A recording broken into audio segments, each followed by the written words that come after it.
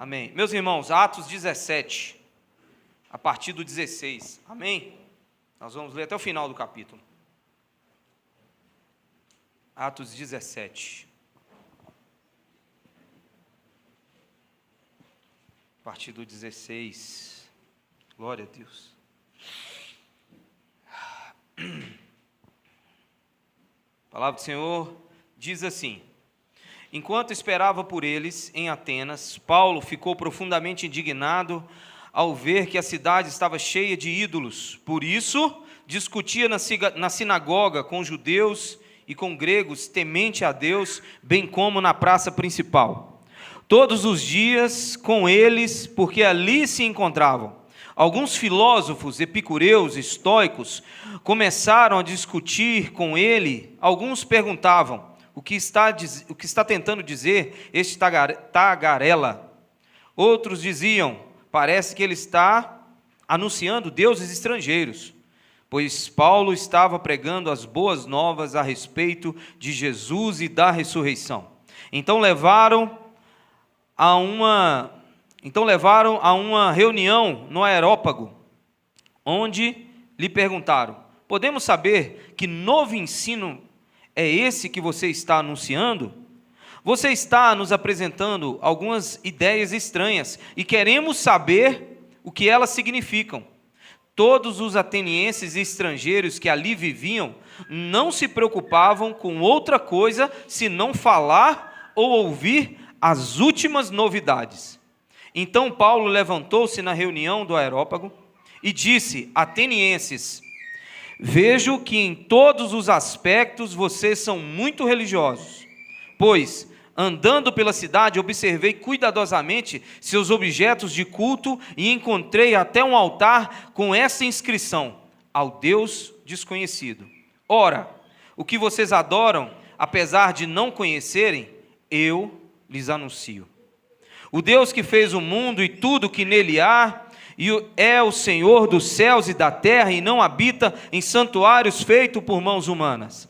Ele não é servido por mãos de homens, como se necessitasse de algo, porque Ele mesmo dá a todos a vida, o fôlego e as demais coisas. De um só fez Ele todos os povos, para que povoassem toda a terra, tendo terminado os tempos anteriormente estabelecidos e os lugares exatos em que deveriam habitar.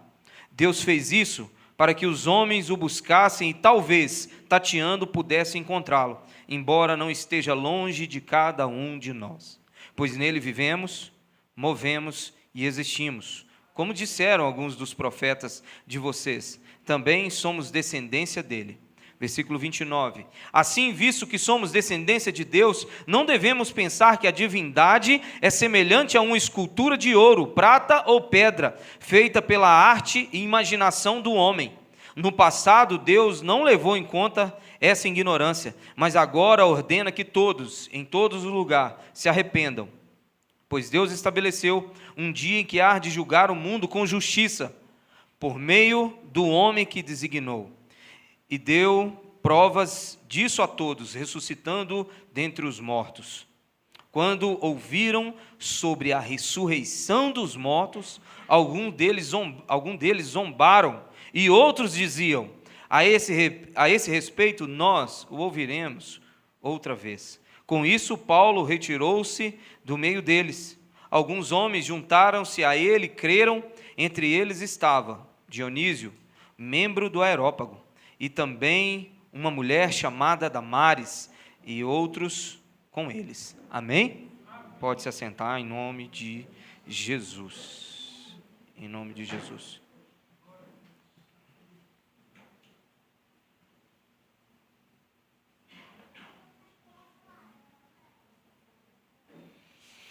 Aleluia, meus irmãos. Meus irmãos, o que nós lemos aqui é um relato de uma parte da segunda viagem missionária do apóstolo Paulo, das 3 viagens que ele fez. O apóstolo Paulo teve um desentendimento com um homem chamado Barnabé, por causa de um homem chamado João Marcos, e ali ele decidiu seguir essa viagem com um homem chamado Silas. e eles seguiram para essa segunda viagem. Nessa segunda viagem, eles passam em Tessalônica, eles passam em Bereia, Paulo é preso, Paulo é chicoteado, Paulo ora, as grades das prisões caem, Paulo impede que o carcereiro se mate, e toda a família do carcereiro é liberta, e Paulo segue a viagem. Paulo arruma um tumulto em Tessalônica, por causa da pregação da palavra. Judeus que vieram de Jerusalém fizeram um alvoroço, Paulo teve que sair de Tessalônica, Paulo foi para Bereia. Chegando em Bereia, Paulo pregando a verdade, mais uma vez, pessoas foram se ajuntando e judeus foram alvoroçando a multidão, para que a multidão pudesse pegar Paulo. O que Silas e Timóteo fez? Levou Paulo para Atenas e voltou para Bereia. Por isso que o texto fala assim, enquanto Paulo aguardava eles quem? Silas e Timóteo. Mas Paulo, ele era um imã de confusão. Paulo chega em Bereia e começa a caçar confusão, porque o texto diz que Paulo fica indignado nessa cidade de Atenas, uma cidade que historiadores dizem que tinha mais de 30 mil deuses nessa cidade. Era uma cidade muito idólatra, só que era uma cidade linda. Era Atenas, era uma cidade da Macedônia, da província da Macedônia, era uma das cidades mais lindas que tinha, cidade grande, bela, cheia de gente inteligente. Na verdade, nessa época de Jesus aqui, nessa época dos apóstolos, o império era romano, o domínio era romano, o militarismo era romano, mas a cultura era grega. Paulo estava no centro do negócio. Sabe, se a gente olhar no contexto Brasil, Paulo estava em São Paulo, na Avenida Paulista, na Faria Lima, naquele lugar, aquele centro pujante de gente inteligente, gente rica, filósofos, epicureus, estoicos. Paulo estava num lugar muito top. A cultura grega naquela época era tão forte, que ela influenciou o mundo inteiro para frente. Por exemplo, tudo que a gente entende de democracia veio da cultura grega. O que a gente entende sobre política, democracia, parlamento, senado, discussão, debate, filosofia, veio tudo da cultura grega. Então Paulo estava num lugar, assim, no olhar de hoje, muito top, gente, muito top. Mas Deus, aqui ele mostra para a gente como agir, né? Nesse texto aqui a gente vai ver como Deus age em meio a esse lugar. E como Paulo agiu no meio desse lugar. Eu não sei se eu consegui descrever Atenas como é que era. Atenas, se você jogar no Google aí, hoje é uma cidade linda, maravilhosa, turística. Naquela época tinha o mesmo cunho, uma cidade linda, maravilhosa, rica, pujante, com pensadores, com gente na rua debatendo, discutindo sobre o sentido da vida, que na verdade a filosofia, a ideia é essa. A palavra filosofia significa isso, o amor pelo conhecimento, conhecer, discutir sobre o sentido da vida, para onde viemos, para onde nós vamos, de onde viemos, para onde nós vamos. Então Paulo nesse lugar, mas o texto no versículo 16 diz que Paulo ficou indignado. Você pode conferir aí. Enquanto esperava por eles em Atenas, Paulo profundamente indignado ao ver que a cidade estava cheia de ídolos. Indignação. Indignação tem a ver com justiça. Indignação no dicionário significa você estar insatisfeito com a injustiça. Ou nós estamos falando aqui de estar insatisfeito com algo, estar indignado com algo, com a injustiça. A Bíblia diz no Salmo 45 que Deus ama a justiça e odeia a iniquidade. Nós estamos vivendo um mundo que, se hoje você não ficou indignado, se você não está indignado com os tempos que nós estamos vivendo, tem algo de errado com você. Não, eu sou uma pessoa em paz. Não, eu não tenho esse problema, eu não ligo para nada. Deus liga. Jesus teve indignação. Os apóstolos teve indignação. Não é possível que essa semana você não se indignou com a cena do Hamas devolvendo 4 caixões. De um bebê de meses, de uma criança de 5, 6 anos, se eu não me engano, de um senhor de 85 e os restos mortais de uma mãe. De um resto mortal de uma mãe. 4 caixões pretos devolvendo. Não é possível que você não fique indignado com isso.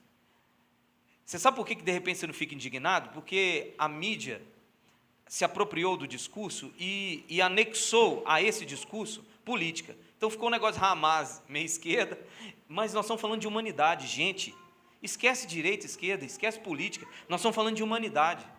Nós estamos falando de pessoas que... de um mundo muito estranho. Nós estamos falando de gente. Não é possível que você não fique indignado com o que estão fazendo com a palavra de Deus nos dias de hoje. Eu não sei se eu fico indignado.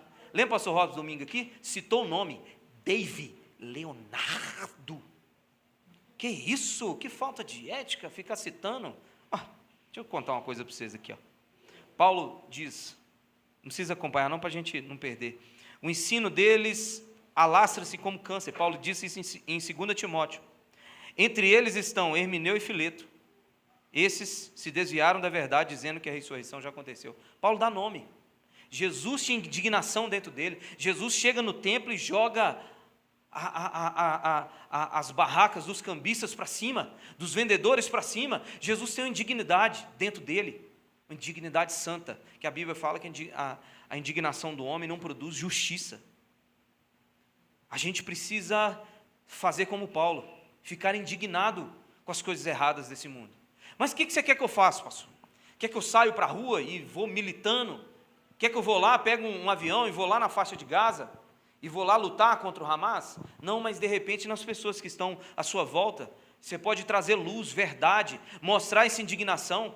De repente para a sua família, começar a mostrar para os seus filhos, olha isso aqui. Homens tentar proteger as esposas de ideologias, não, isso aqui está errado, olha. Eu na minha igreja, está aqui, meu rebanhozinho aqui, eu estou tentando falar, estou tentando mostrar todo dia, falando sobre feminismo, falando sobre pecado, falando sobre a cultura desse mundo, falando sobre salvação, inferno, céu e inferno, eu estou fazendo a minha parte aqui. A gente precisa ser indignado, irmão, com as coisas.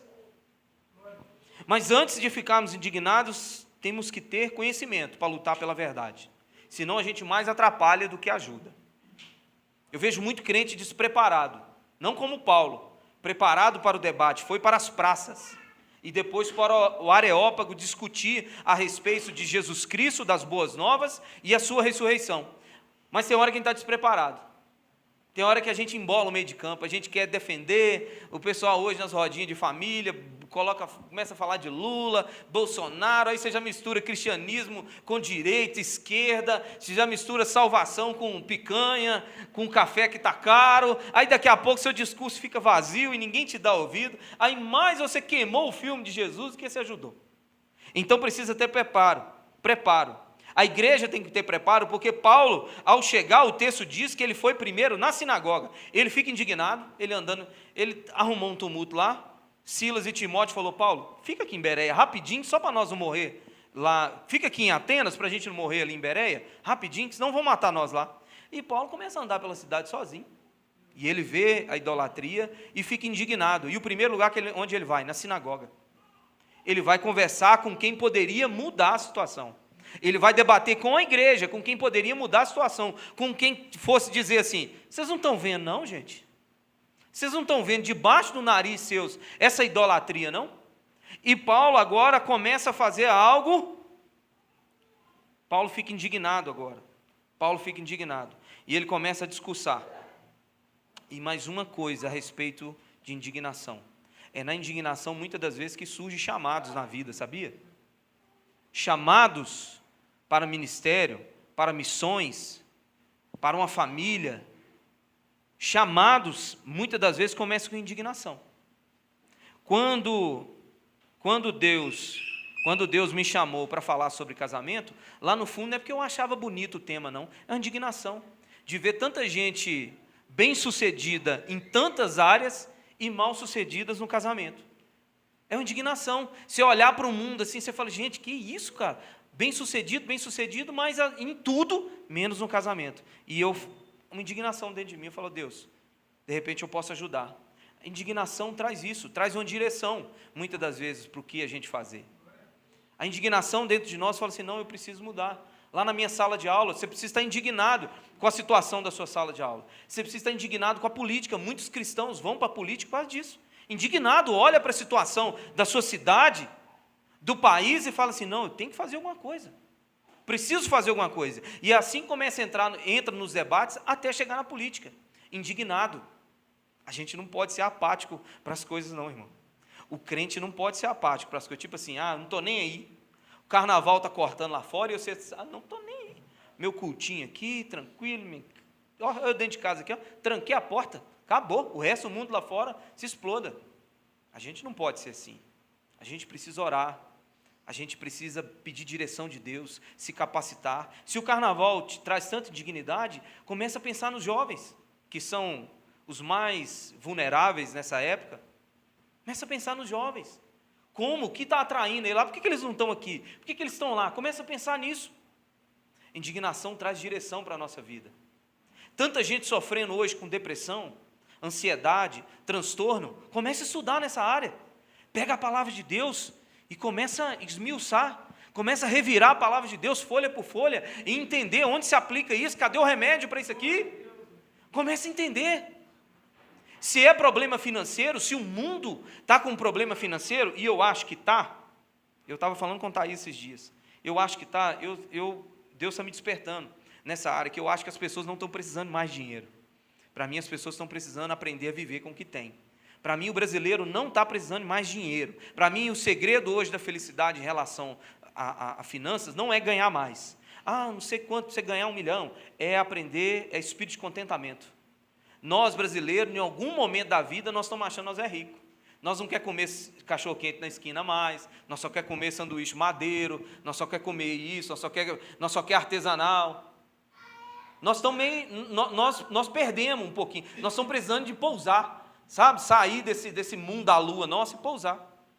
Então, assim, é através dessa indignação, muitas das vezes, que vem direção da parte de Deus. A gente precisa estar indignado. Outra coisa que esse texto nos chama muita atenção, está no versículo 28. Paulo diz assim, pois nele vivemos, nos movemos e existimos. E aí ele diz, como disseram alguns dos poetas de vocês, também somos descendência dele. Um dos versículos mais lindos da Bíblia, não veio de Isaías, Jeremias, é de poetas dos tempos de Atenas. Mas Paulo aplica isso na nossa vida, pois nele vivemos, movemos e existimos. O que está acontecendo aqui nessa hora? Por que desperta o filósofo Paulo nessa hora? Porque Paulo veio de Tarso. Depois de Atenas, Tarso era a cidade mais acadêmica que tinha, mais filosófica que tinha. Quando Paulo chega em Atenas, que ele vê todo aquele cenário, que ele vê toda a idolatria, e ele vê tanta gente debatendo, tanta gente filosofando, tanta gente conversando, Paulo fala assim, eu vim desse meio, eu sei, eu criei nesse ambiente de pensadores. Paulo era de Tarso. Deus está usando o passado de Paulo agora como ferramenta na mão dele. Deus usa o passado de Paulo. Deus usa a habilidade com a filosofia de Paulo. Na verdade, quando Paulo vai discursar no Areópago, mais de 70% daquele discurso, ele cita outros filósofos. Então, é Deus usando o passado. E o filósofo que Paulo cita ali, é um que eu não faço a mínima ideia quem é, que eu não me interesso, mas ele chama Epimênides. Epimênides. Nome feio, bananá. Dá por nem de cachorro. Já pensou? Ser um filho. Epimênides, passa aqui. Deus usa a habilidade nossa. É isso que Deus está mostrando nesse texto. Deus usa a nossa habilidade. Deus usa a nossa habilidade, principalmente a habilidade natural. Aquilo que a gente nasceu, aquilo que a gente foi treinado a vida inteira. Não que a gente não possa ser usado em outras áreas ou treinar para outras coisas. Mas sempre Deus quer nos preparar para algo que Ele sempre nos treinou a vida inteira. Você pode olhar que Deus sempre treinou as pessoas a vida inteira, mas as pessoas não percebem. Tem gente que foi treinada a vida toda para lidar com pessoas. para lidar com gente. Não consegue carregar um carrinho de mão, não sabe capinar um quadradinho assim, não sabe fazer nada, mas é boa com gente. É pessoa que foi treinada a vida inteira. Foi ela a vida inteira que apaziguou. Foi ela a vida inteira que apaziguou os conflitos de família. Todo mundo na família igual bicho. Ela era a única que conseguia. Ei, vem cá, calma. Calma, vamos conversar. Pede desculpa lá pro meu tio. Pede desculpa para minha mãe. E tá tudo bem. Ele é o único que no Natal ficava assim, ó, bora gente, reunir todo mundo. Não, nós não vamos passar o Natal sozinho, nós vamos juntar todo mundo. É pessoa que gosta de gente, tem habilidade para lidar com as relações interpessoais. Deus treinou a pessoa a vida inteira. É um passado. Deus quer te usar nessa área. De repente você não sabe fazer nada. Você não sabe fazer nada. Você chamar aqui para o mutirão da igreja, você faz raiva. Você não sabe fazer nada. Mas você é boa com gente só, com conflito, em resolver as coisas. No trabalho, é gente que no trabalho tinha sensibilidade de lidar com a humanidade de cada um, que por mais que os patrões muitas vezes achem que você é máquina, você é gente. As pessoas, é ser humanos, dotado de sentimentos e emoções, e muitas das vezes nesse lugar tem dia que tem nego cabisbaixo, com problema, brigou com a esposa, está com problema com os filhos, problema na família, problema financeiro, e sempre tem um que percebe, oxe, por que está triste? E vai conversar, e dá conselho, é amigo, manda mensagem, já tem uns que pode estar morrendo e não percebe. É que aquela pessoa foi treinada a vida inteira, já tem pessoa que não, foi treinada para operacional, resolver problema, soluções, trazer solução. Gente, a esposa corta o cabelo, pinta o cabelo, compra roupa diferente. O homem, não percebi. Meu cabelo era aqui, eu cortei ele aqui, você não viu. Era aqui? Então assim, mas é resolvedor de problema, sabe resolver problema. Bota um serviço na mão dele, sai. Resolve um problema, tem um problema na igreja, eu falo, gente, nós temos que fazer um segundo andar, como é que faz? Ninguém sabe fazer. Ele fala, aqui, ó, nós põe uma viga aqui, põe um ferro aqui. Resolvedor de problema. Gente, foi treinada a vida inteira. É Deus tentando usar o seu passado, as suas habilidades, aquilo que Ele te ensinou a vida inteira para o reino dEle. O problema é quando a gente tema, quando a gente quer fazer aquilo que não foi chamado para fazer. Quando você quer ser pastor, você quer ser líder, e você não dá certo com gente, você é quase bicho. Se mandar uma mensagem e ficar azul e não responder na hora, você briga porque achou que tinha que responder, você não tem paciência com ninguém, você não entende a dinâmica da vida, você foi treinado para outras coisas. Sabe o que Deus faz? Junta esse povo na mesma igreja. Deus junta assim, ó, na mesma igreja. E é assim que funciona. Enquanto uns não sabem fazer nada, tem gente que sabe fazer. Enquanto outros não sabem resolver conflito nenhum, o outro sabe apaziguar, o outro tem uma palavra de sabedoria. O outro sabe chegar na hora e falar, calma gente, é isso aqui, é isso aqui, é isso aqui. E está tudo resolvido. Tem gente que com silêncio resolve o problema, enquanto um está querendo falar, e ele fala assim, olha, não, acho que não é hora da gente discutir isso, deixa isso para outra hora. Todo mundo percebe que foi a palavra mais sábia que saiu no meio da mesa, foi a dele. Mas é Deus querendo treinar pessoas. Deus querendo treinar, irmão. Como treinou Paulo a vida inteira, em Tarso. O homem veio de um lugar, um ambiente, igual esse ambiente que ele estava aqui agora. Ele falou assim, tá, aqui eu vou saber levar o evangelho de Deus, porque Deus me treinou para esse momento aqui. Parte do treinamento que Deus usou na minha vida foi para isso aqui. Tem mulheres que foi treinadas a vida inteira no lar. Tem mulheres que foi treinada para o lar. Enquanto o discurso hoje da maioria, e não tem problema, mas enquanto o discurso da maioria parece que só é uma mulher bem-sucedida se for uma mulher que trabalha fora, que ganha muito bem e tal, tem mulheres que não. Tem mulheres que foi treinada para o lar. E essas mulheres inspiram outras mulheres, a vida inteira. Aquela mulher olha para dentro de si e fala assim, eu não me sinto, eu tenho um problema com a autoestima, porque eu nunca estudei, eu nunca fiz isso, eu só cuidei dos meus filhos, e Deus falando assim, exatamente isso. Eu te treinei exatamente isso, para que hoje você na igreja pudesse inspirar outras mulheres. A palavra de Deus diz isso. Em Tito diz assim poderão orientar as mulheres mais jovens, quem? As mulheres mais velhas. Orientar as mulheres mais jovens a amarem seus maridos e seus filhos, a serem prudentes e puras, a estarem ocupadas em casa e a serem bondosas e sujeitas a seu marido, a fim de que a palavra de Deus não seja difamada. Olha como é que a dinâmica do trem é legal. Deus acredita nas mulheres que se dedicaram ao trabalho no lar, a confiabilidade da palavra de Deus. Olha, façam isso e ensinem as mulheres mais jovens para que a palavra de Deus não seja difamada. É um treinamento a vida inteira. Aí Deus treinou essa mulher a vida inteira. Deus ensinou essa mulher a vida inteira como sabedoria na hora das dificuldades, na hora das lutas, de fases com os filhos. Quem tem filhos sabe que eu nunca fui pai de menino de 8 anos de idade, não, estou sendo agora. Eu preciso que alguém, alguma mãe, algum pai, que já teve um menino de 8 anos, e ora e fala assim para mim, assim, Elvis, calma, que é comum. É comum. Quem tem menina, Luísa fala 1 milhão de palavras por minuto. Eu preciso que algum pai de menina, que já teve 8 anos, fale assim, não, mulher fala muito mesmo. Luísa, tem hora que eu falo, minha filha, peraí, deixa eu terminar aqui, depois na conversa, e fala, vai emendando um assunto no outro, assim. Não respira, vai emendando um assunto no outro. Então, é Deus treinando, como treinou também homens, como Deus treinou homens a vida inteira, a não serem homens de sucesso aos olhos do mundo, não serem empresários, e não tem problema nisso, mas eu só estou dizendo que Deus, às vezes, treinou esse homem a vida inteira, ter uma vida modesta, ter uma vida de contentamento, ter uma vida tranquila, para que pudesse inspirar outros homens. E assim Deus vai, nessa multiforme graça, ajudando, usando o nosso passado, usando a nossa vida, essa vida nossa mesmo, comum.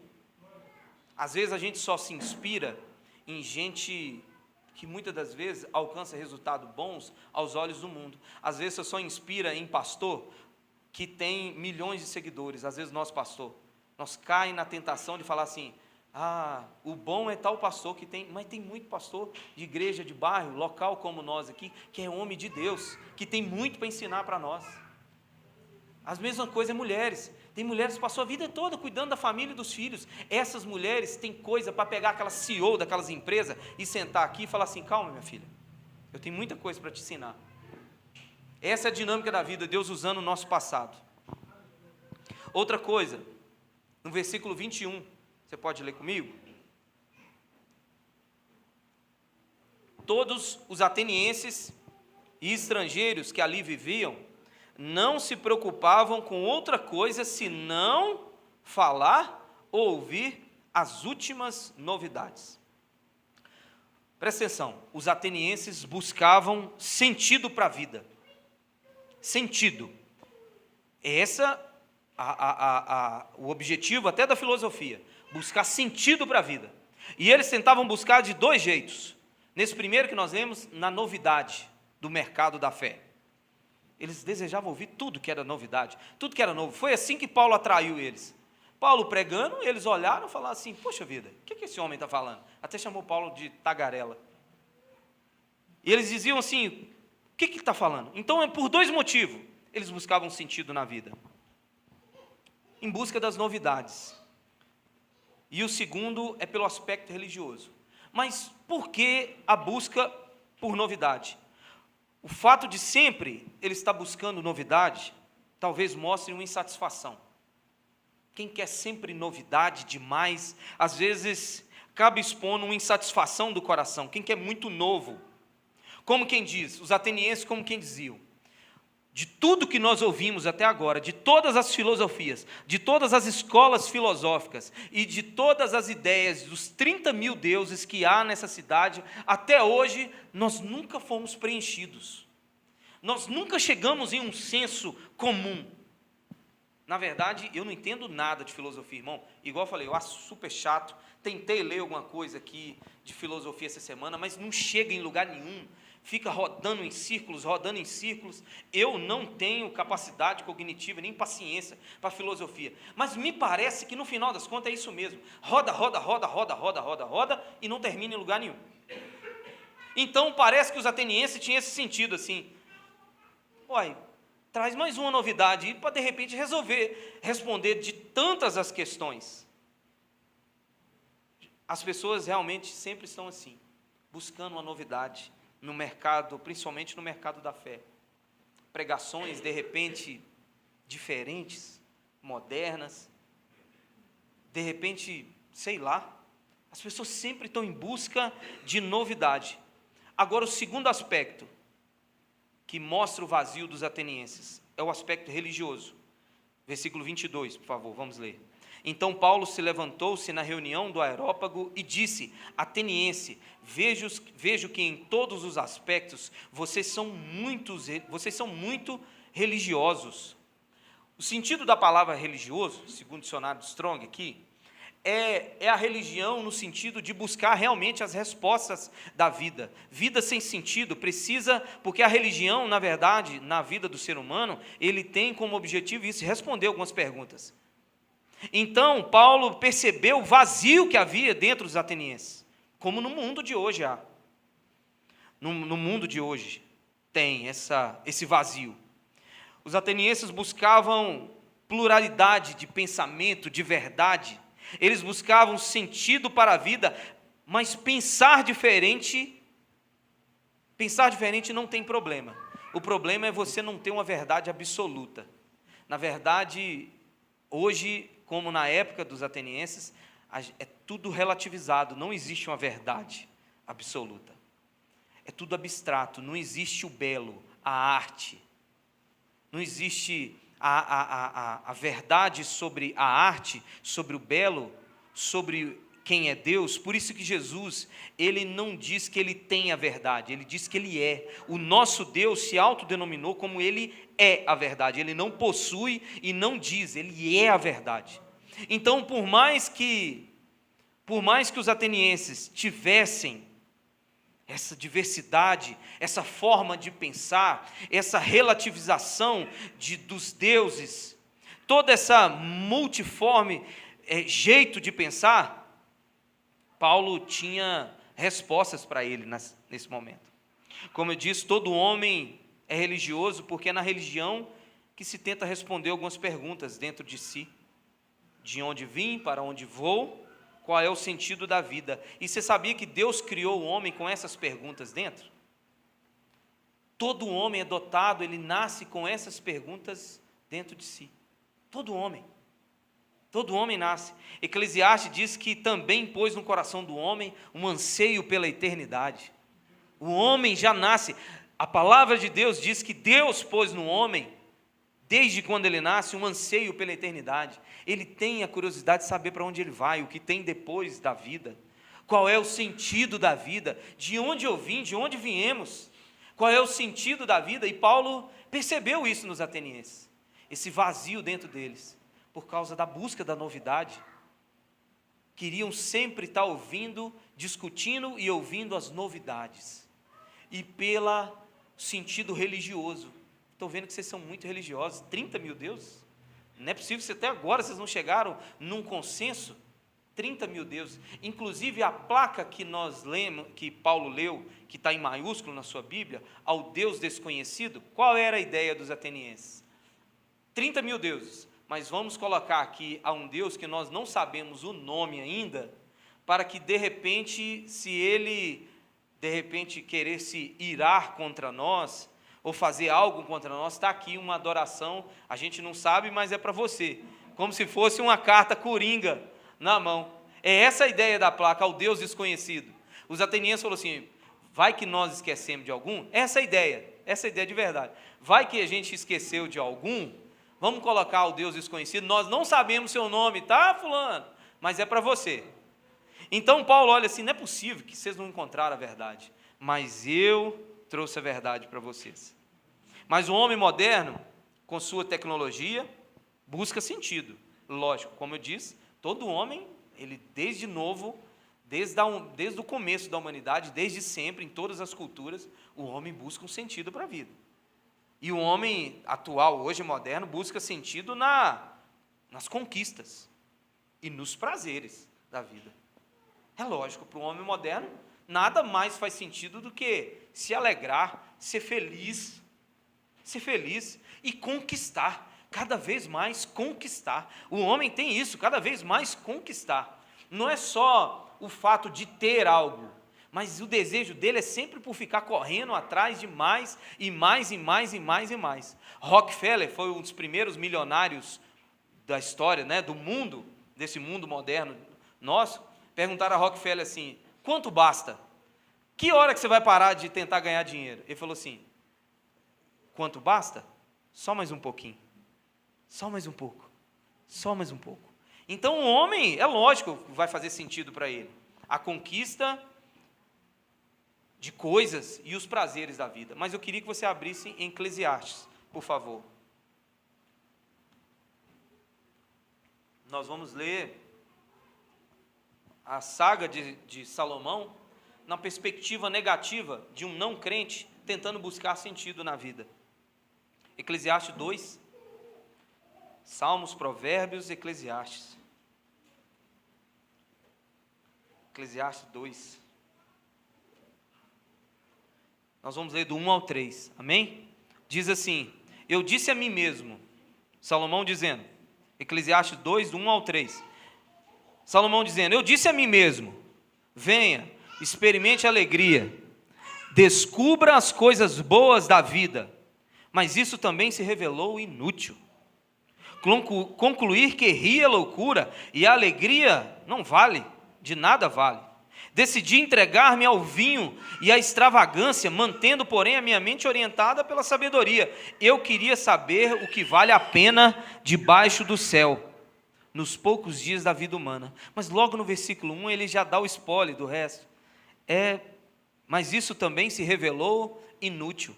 Paulo olhou e falou assim: venha, experimente a alegria. Experimente ser feliz, os prazeres da carne.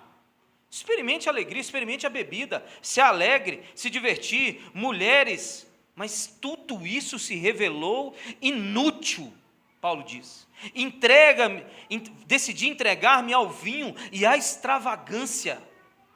Mas, Salomão diz, mas não fez sentido. Nos prazeres, Salomão não encontrou sentido nos prazeres. Mas nas conquistas, Salomão fez mais uma tentativa. Nas conquistas, a partir do versículo 4. Vamos ler? Diz assim: lancei-me a grandes projetos. Chega. A ficar bebendo, mulheres, a alegria, a extravagância, não resolveu. Agora eu vou empreender, agora eu vou conquistar, agora eu vou prosperar.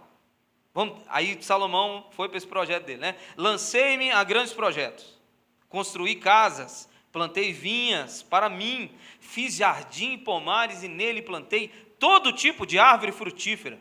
Construí também reservatórios para irrigar os meus bosques verdejantes. Comprei escravos e escravas e tive escravos que nasceram em minha casa. Além disso, tive também mais bois e ovelhas do que todos os que vieram antes de mim em Jerusalém. Salta para o versículo 11, para a gente ficar uma leitura mais curta. Para o versículo 11.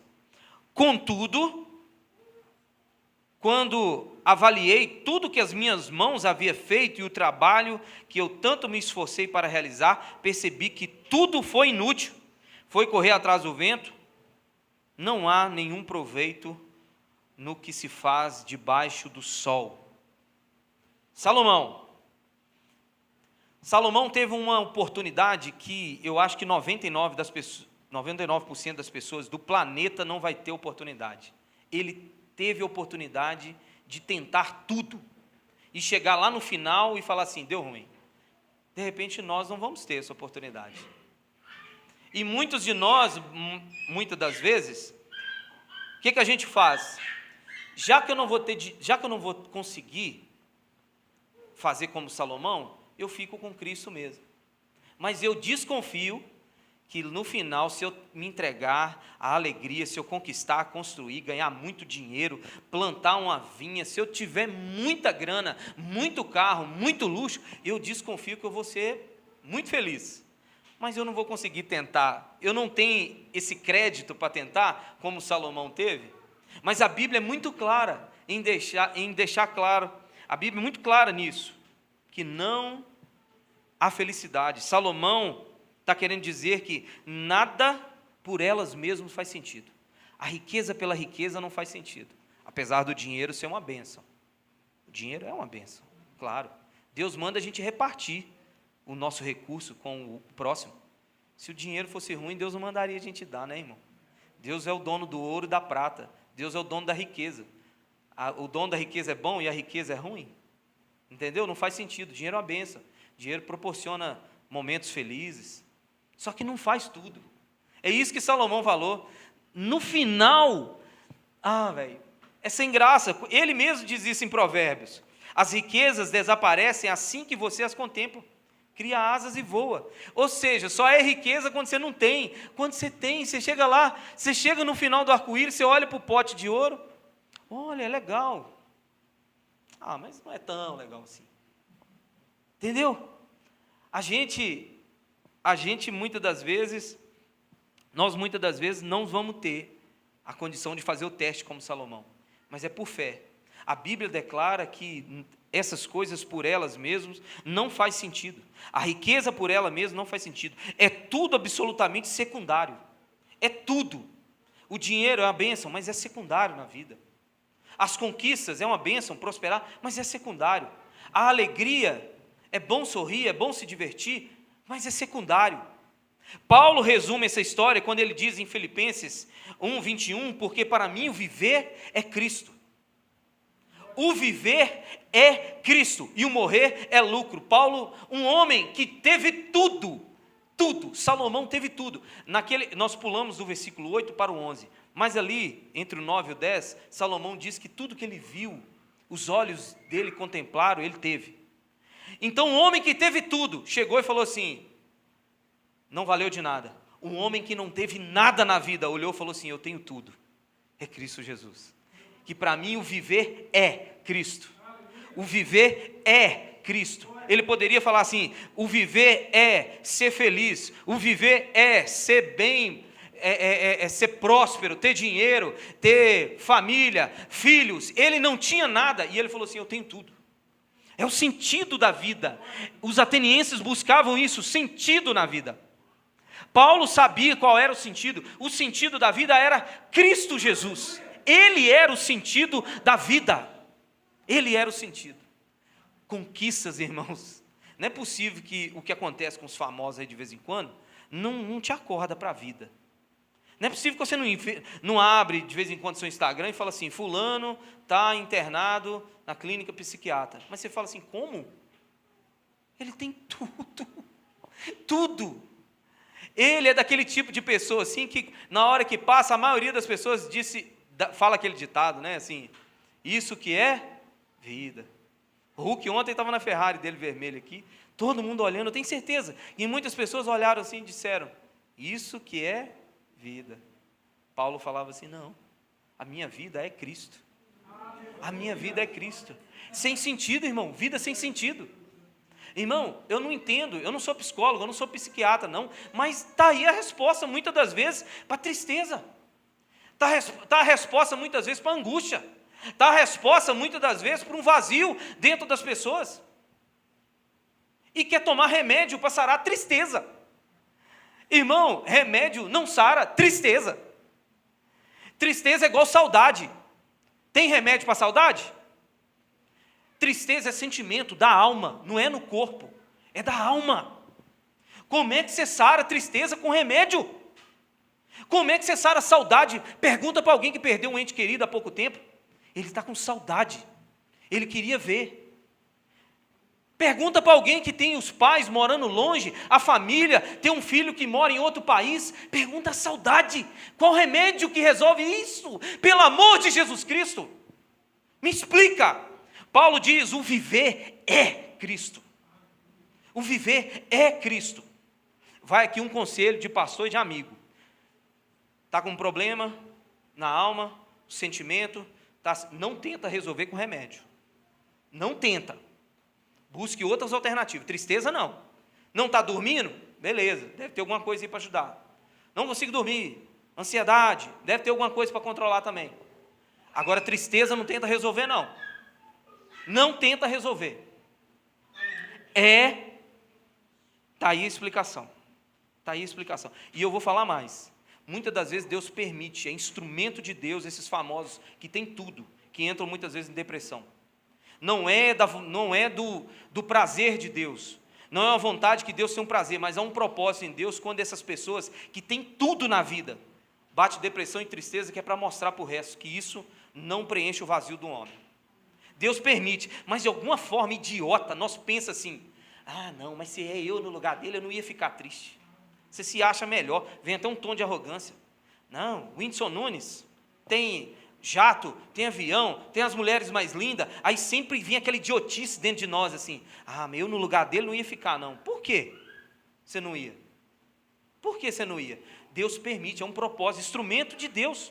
Não estou criticando a pessoa, não, estou falando aqui, é um instrumento nas mãos de Deus, para mostrar para o seu povo que riqueza não resolve nada. Se de repente você lê Eclesiastes e não acredita, de repente Deus mostra você aí no Instagram. A gente precisa acordar um pouco mais para a vida. Paulo diz que Cristo é o objetivo da vida dele, quando ele cita Filipenses 2. Paulo diz que ele é o sentido da vida. Como eu disse, eu não entendo nada de filosofia, mas parece que para os atenienses não estava funcionando muito. Paulo precisaria trazer uma resposta.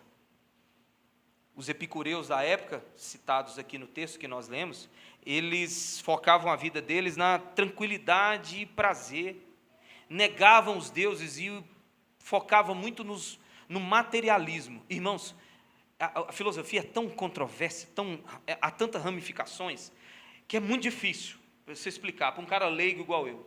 Mas muita leitura e lendo, pesquisando, você dá uma peneirada boa, que mais se encontra assim, de uma forma geral, que todos abordaram é isso: tranquilidade, prazer da carne, e negam qualquer tipo de Deus. Não existe. São os famosos ateus. Os ateus já existem há muito tempo, e eram materialistas.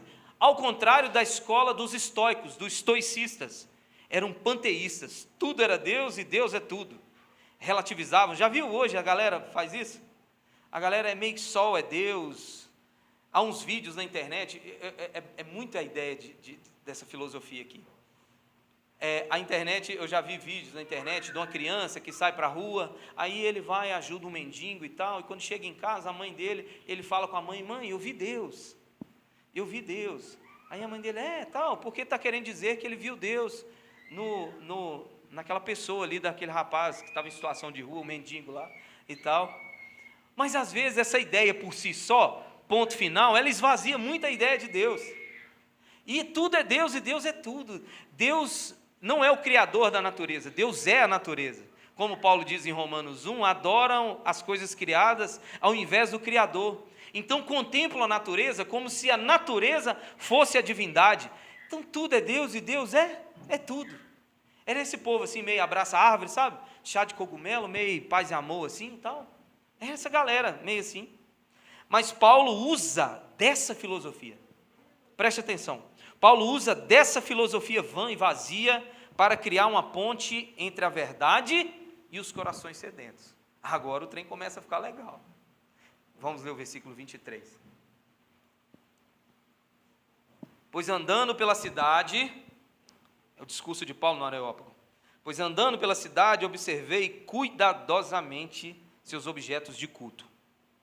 Encontrei até um altar com essa inscrição: ao Deus desconhecido.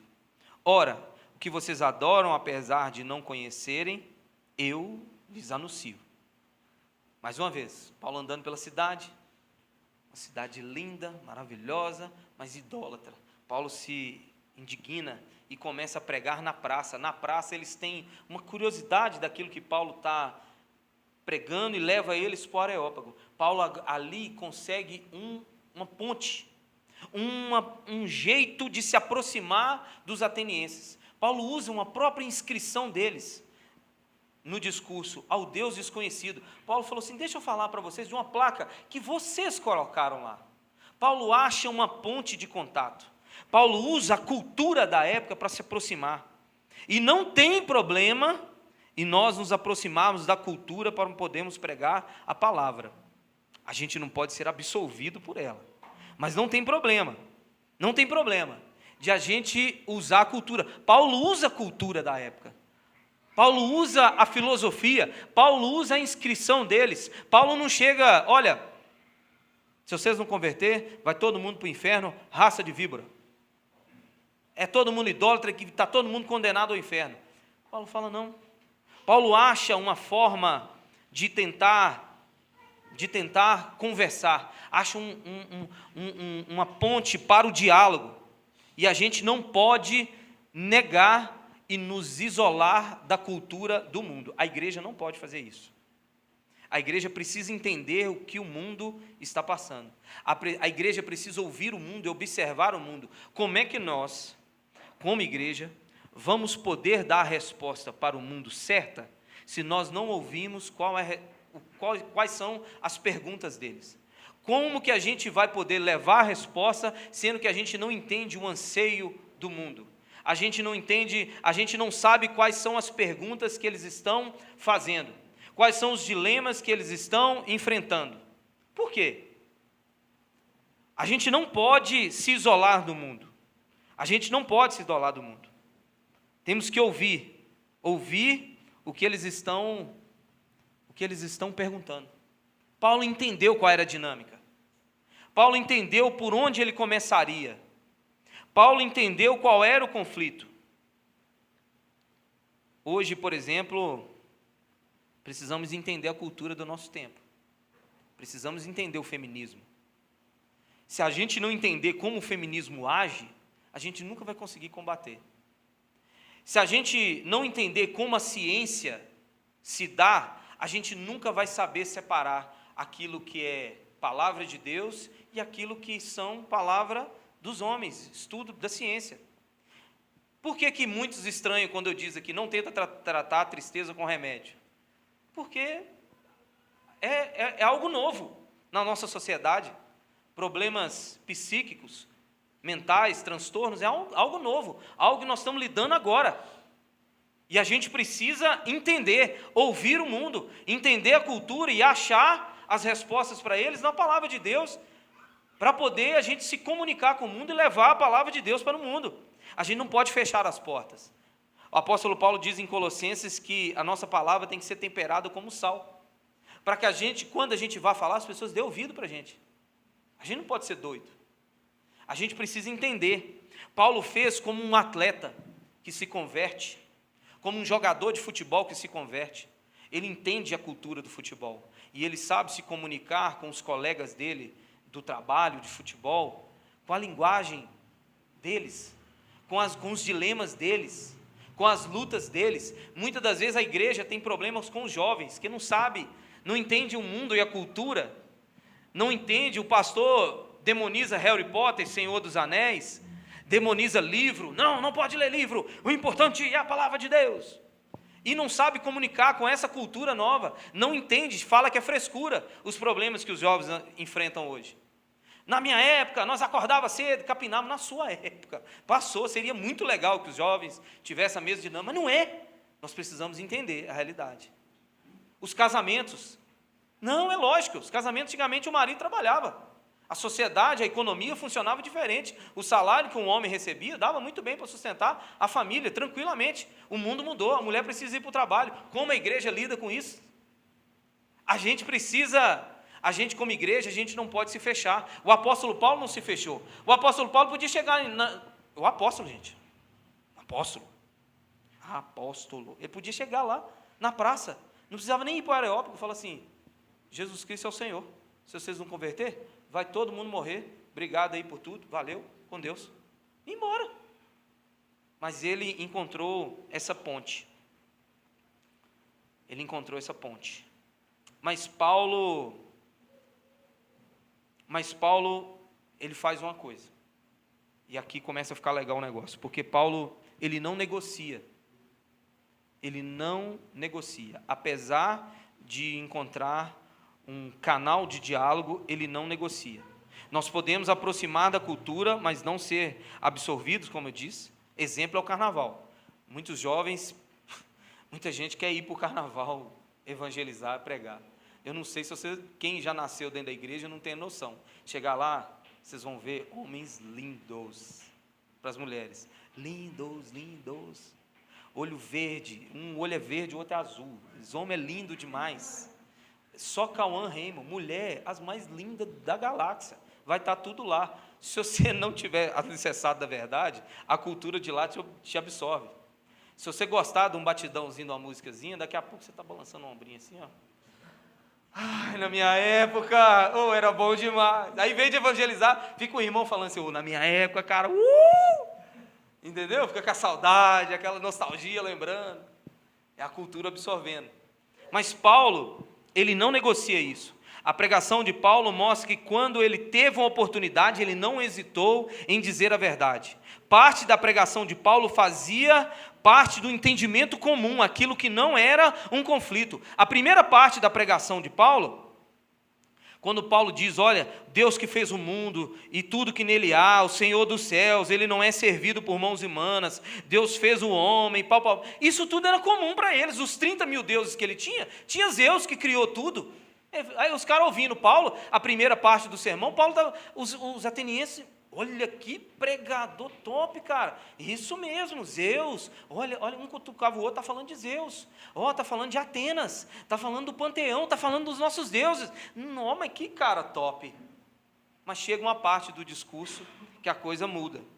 Até aí estava tudo bem, até que Paulo diz algo. Vamos ler a partir do 29, por favor. Assim, visto que somos descendências de Deus,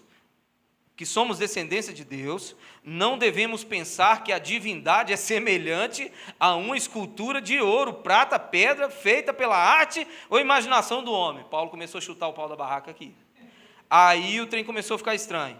No passado, Deus não levou em conta essa ignorância, chamar os homens de ignorantes, mas agora ordena que todos e em todo lugar se arrependam, pois estabeleceu um dia em que há de julgar o mundo com justiça por meio do homem que designou e deu provas disso a todos. Aí agora vem a pasada de cal, ressuscitando dentre os mortos. Aí eles responderam no versículo 32. Quando ouviram sobre a ressurreição dos mortos, alguns deles zombaram e outros disseram, a esse respeito, Paulo, deixa para depois. Dó, meu Deus, outra hora você vem cá na Europa e fala para a gente. Paulo estava no centro do negócio. Paulo já não estava mais na praça. Nesse momento aqui, Paulo tinha ganhado a oportunidade de falar na Câmara Municipal da cidade mais importante da província da Macedônia, Atenas. O lugar da cultura, o lugar de gente pensante, o lugar onde as pessoas falam, você mora onde? Mora em Atenas. Tinha status a cidade. Paulo estava no lugar mais top da cidade. Paulo foi mexer, cara, na ferida dos caras. Paulo ganhou uma oportunidade de falar, mas quando ele teve a oportunidade, ele não hesitou. Quando ele teve a oportunidade, Paulo falou assim, até nós temos um limite. Paulo disse assim, nós temos um limite. A igreja tem esse limite. A gente dialoga com o mundo no sentido de ouvi-los, entender a cultura, poder entender o nosso momento, essa geração de hoje, os conflitos e os dilemas do nosso tempo, mas chega uma hora que há um embate, chega uma hora que não dá mais para a gente ser tão amiguinho assim, a gente precisa ir para o conflito. E é muitas vezes nessa hora que a igreja está errando. Não tem problema parede preta, não tem problema luzes, não tem problema som, não tem problema. Qualquer coisa desse aspecto para tentar comunicar com as pessoas, um ambiente confortável, uma cadeira, um ar-condicionado, uma sala kids preparada para criança, adolescente, e estacionamento, não tem problema, nem a pipoca que ficaram criticando esses dias no Instagram, não tem problema, o problema é na hora da verdade, o problema é que tem um limite para isso. Paulo falou, não tem problema, eu vou citar alguns poetas seus. Nele vivemos, movemos e existimos.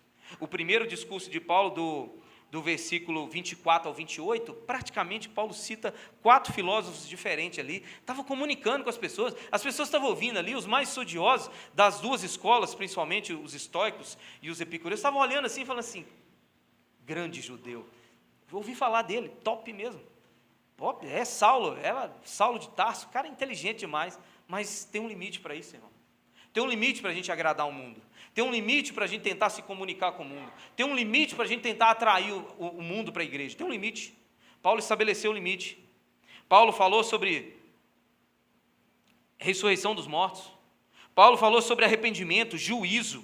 E pior, um Deus que se tornou homem. Você imagina, olha, no versículo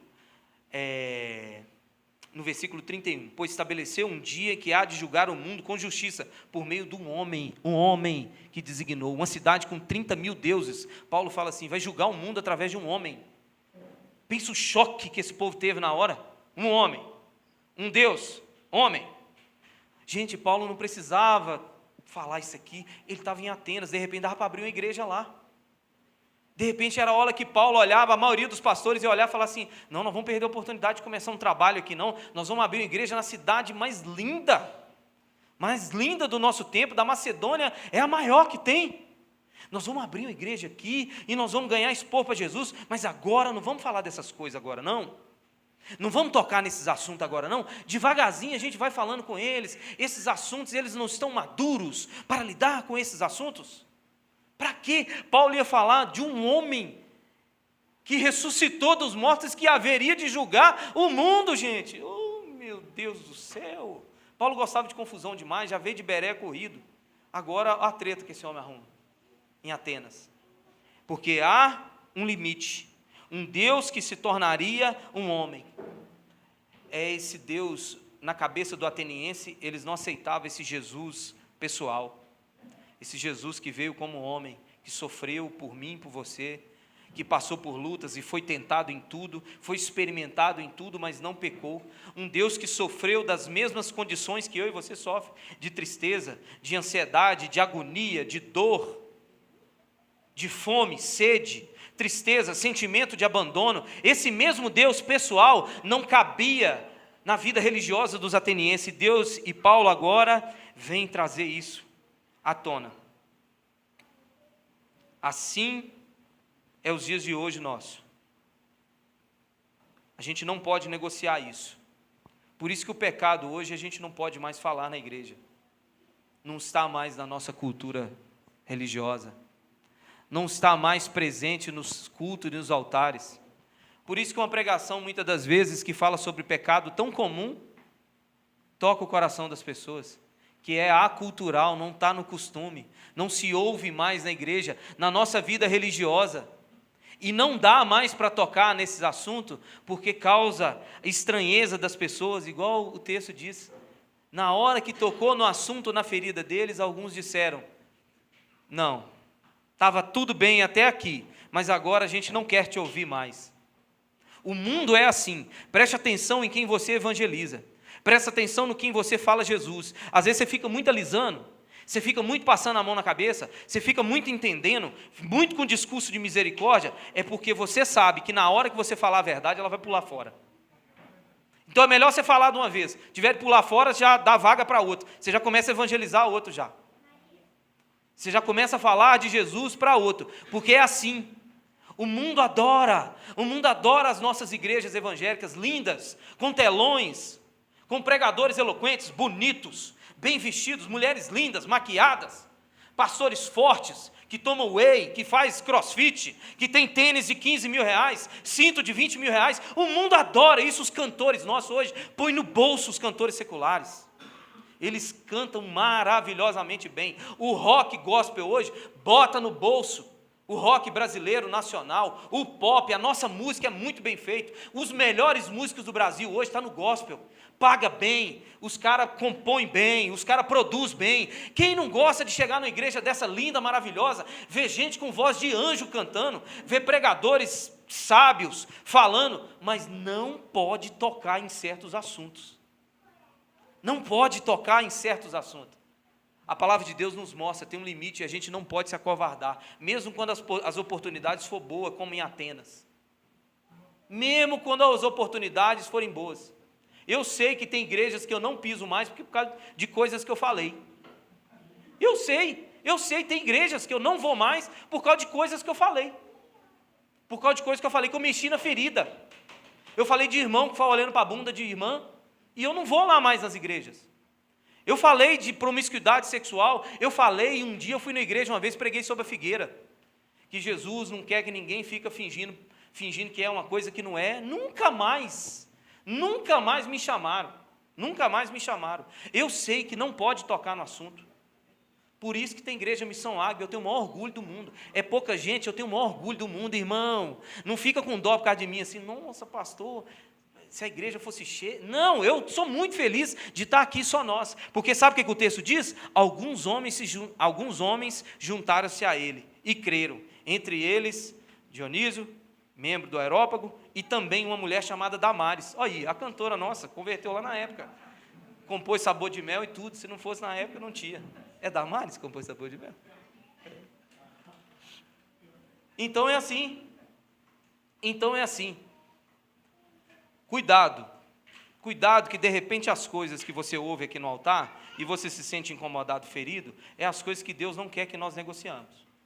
De repente, a pessoa que você está evangelizando lá no seu serviço, você está trazendo para Jesus, a sua família e tal, de repente você está fazendo como a primeira parte da pregação de Paulo, e você está dando um ponto final. Você está muito ali entendendo a situação, a cultura, o momento, o contexto da vida dele, mas você está com receio de falar, porque você sabe que se falar vai pular fora.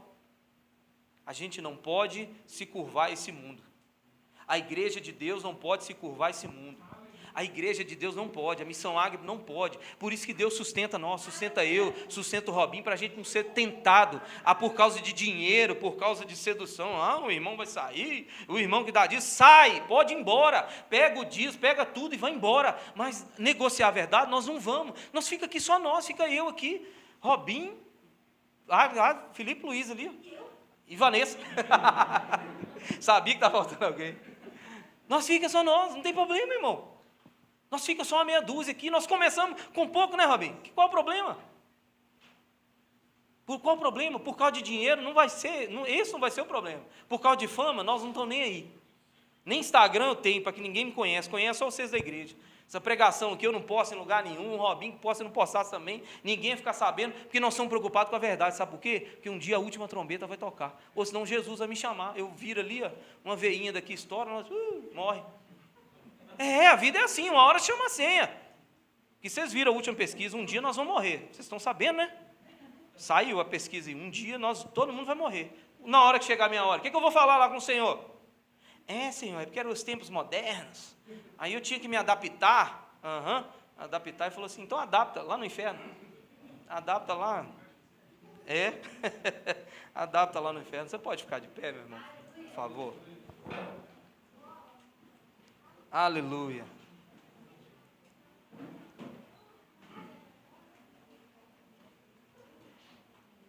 Aleluia, aleluia.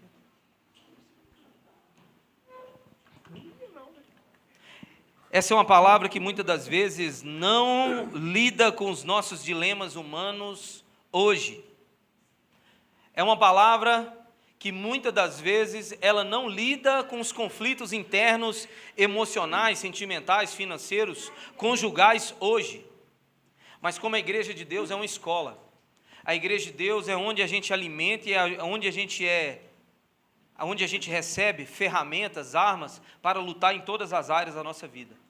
Hoje Deus quer te mostrar, Deus quis te mostrar e te mostrou um lado da história, do Evangelho, da Palavra de Deus, que não dá para negociar. Não importa o meio que você esteja, se é um meio influente, de pessoas ricas, não importa se você fica sem graça, se você fica acanhada nos lugares, se você tem a oportunidade de pregar, se você tem a oportunidade de falar, não se acovarde, não tenha medo, encontre uma ponte de contato. Sim, claro, não precisa ser bicho, entenda a situação, ouça. Essa é a dinâmica do livro de Atos. Em todos os problemas, eles sentavam em concílios para reunir. Os gentios vão precisar circuncidar, os gentios não vão circuncidar, eles vão comer carnes de animais impuros, não vão comer, vamos sentar e vamos conversar. Converse, entenda, ouça. A igreja precisa ter esse exercício, às vezes falar um pouco menos e ouvir mais. Ouça, encontre a ponte de contato, encontre esse canal de diálogo, converse, mas não negocie a verdade. Não negocie. Irmão, não é discurso de pastor frustrado porque a igreja está vazia, que a igreja não enche. Não, igual eu falei, é muito orgulho, irmão. Irmão, tenho orgulho demais de ser pastor dessa igreja. Mas tenha certeza que muitos desses bancos não estão preenchidos todos os dias. É por causa que nós é assim, é igual o apóstolo Paulo, nós gostamos de confusão. Quando a igreja está cheia, nós começamos a falar de pecado e tal, nós gostamos de confusão. Paulo arrumou confusão em Tessalônica, arrumou em Bereia e arrumou em Atenas. É assim que nós também. Nós não aguenta só.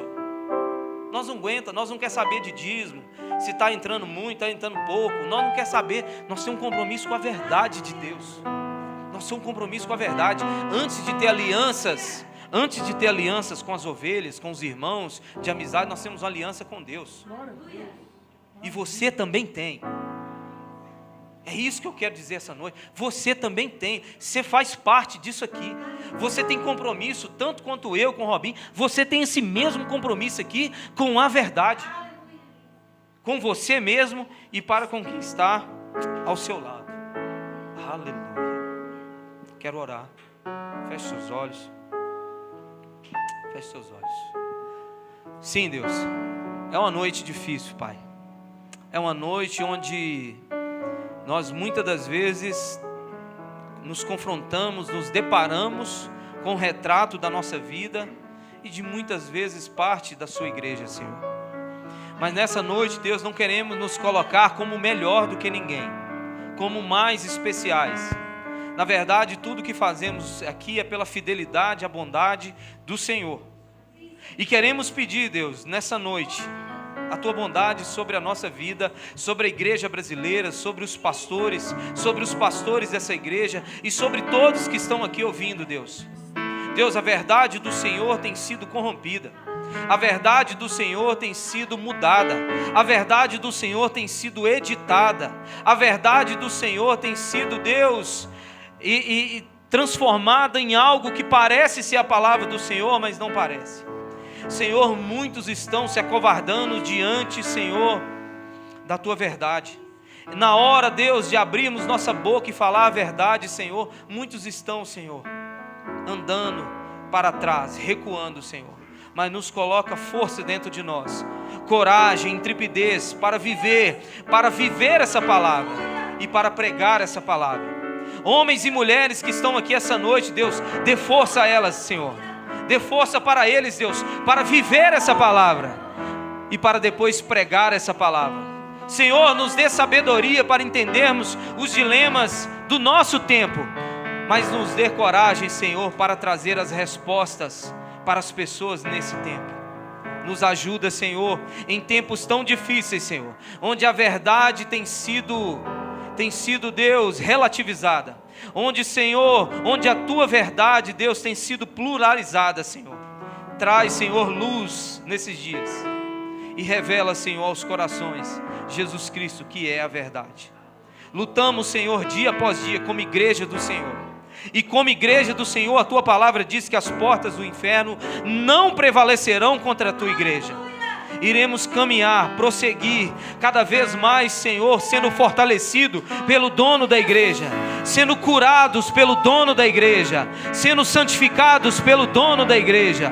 Pai, em nome de Jesus, mais do que nós termos coragem, precisamos, Senhor, da coragem que vem do céu, para podermos ser igreja do Senhor nesse tempo. As portas do inferno não prevalecerão contra a igreja do Senhor. Vamos caminhar em verdade, vamos caminhar em justiça, vamos caminhar sobre a tua verdade, a tua palavra, com unção, intrepidez, coragem para viver e para romper nesse mundo, Senhor. Pressionados, mas não desanimados, perplexos, mas não desesperados. Estamos de pé, perseguidos, mas não abandonados, abatidos, mas não destruídos. Estamos de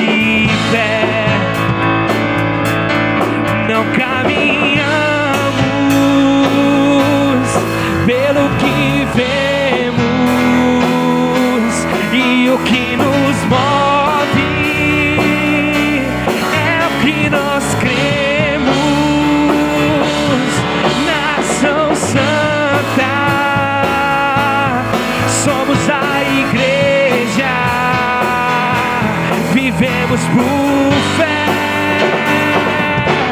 estamos de pé.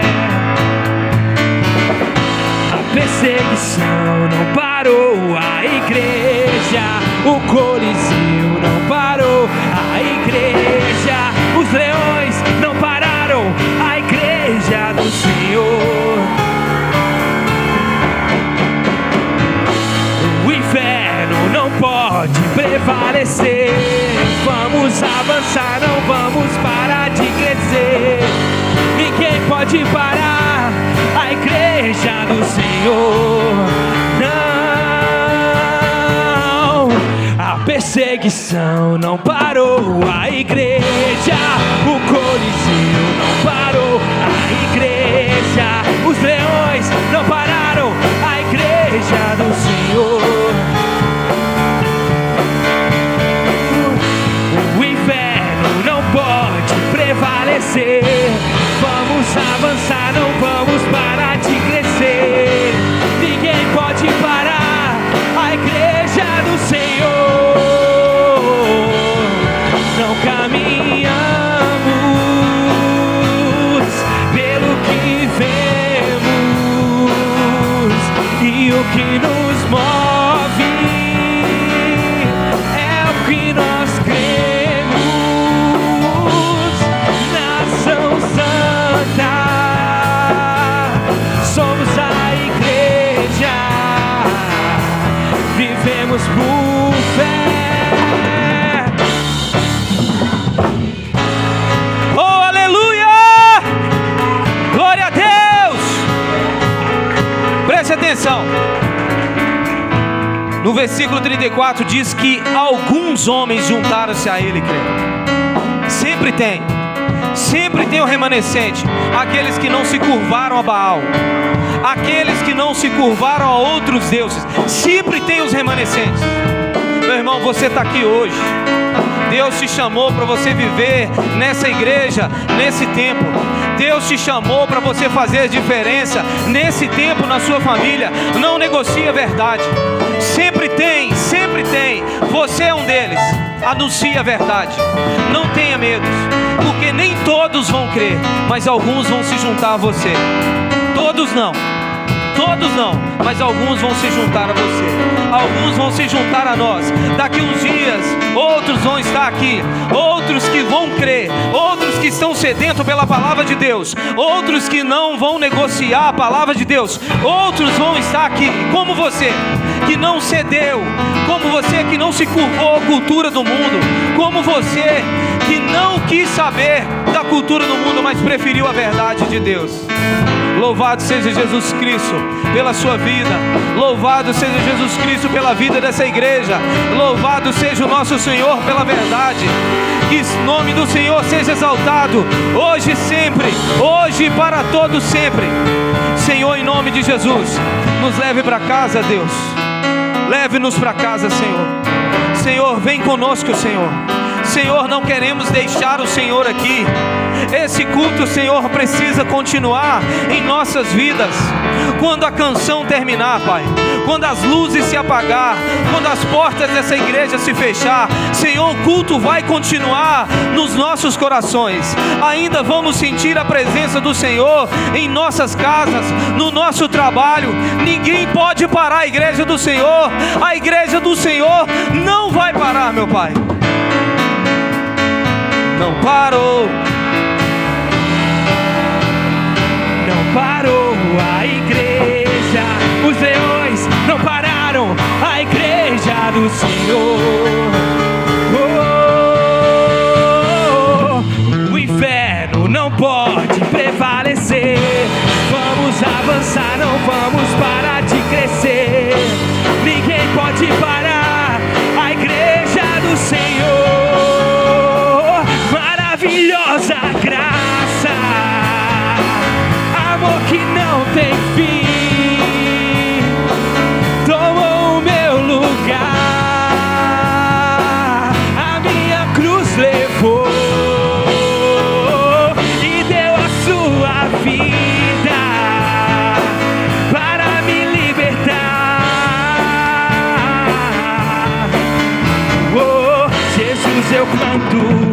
pelo que fez por mim. Deus abençoe a vida de cada um de vocês. Vá para casa em paz, viver uma semana maravilhosa na presença do Senhor. Deus abençoe sua vida. Até o próximo culto, em nome de Jesus. Aplauda o Senhor a última vez, hein, meu irmão? Deus te abençoe.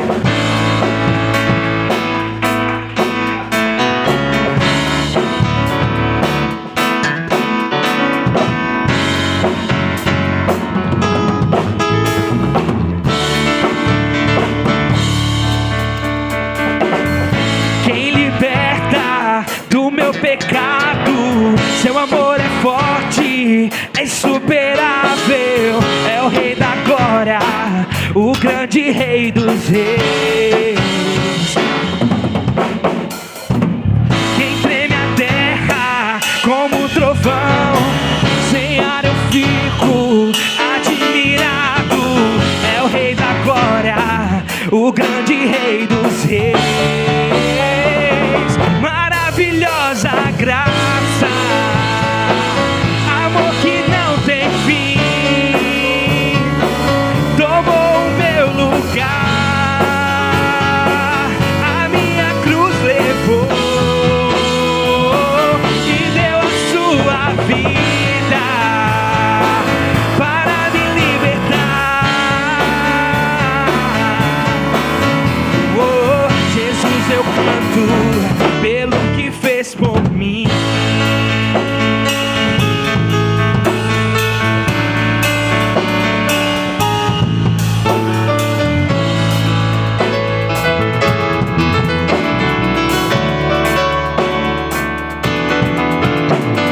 Digno é o Cordeiro de Deus, digno é o Rei que a morte venceu, digno é o Cordeiro de Deus,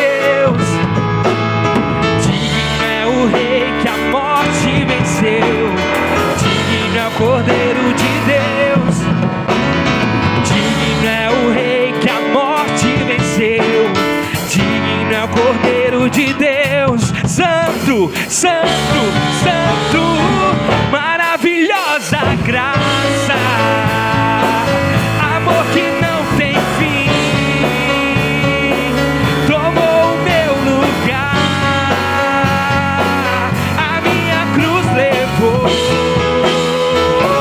e deu a sua vida para me libertar. Oh, Jesus, eu canto pelo que fez por mim.